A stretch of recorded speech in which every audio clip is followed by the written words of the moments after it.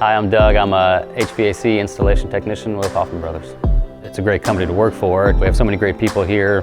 You know, the Hoffmans are great, you know, as far as supporting you and giving you the tools you need, you know, to succeed in your job, you know, along with, you know, pay and benefits. I mean, it's just a great company to work for.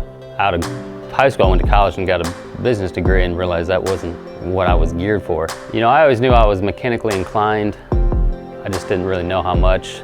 Most of the training was on the job. You know, you lean on your lead guy, you know, for training as you went along. It was about a little over a year of training. That's usually what most guys need just to get in to a job somewhere as an apprentice. Typical residential install will have 2 guys. The apprentice will get all the equipment. He'll meet me out at the job after he gets all his stuff. And then we just start completing the tear out and then proceed with the installation. Personally, you know, the confidence it's given me is, you know, light years above where I was before.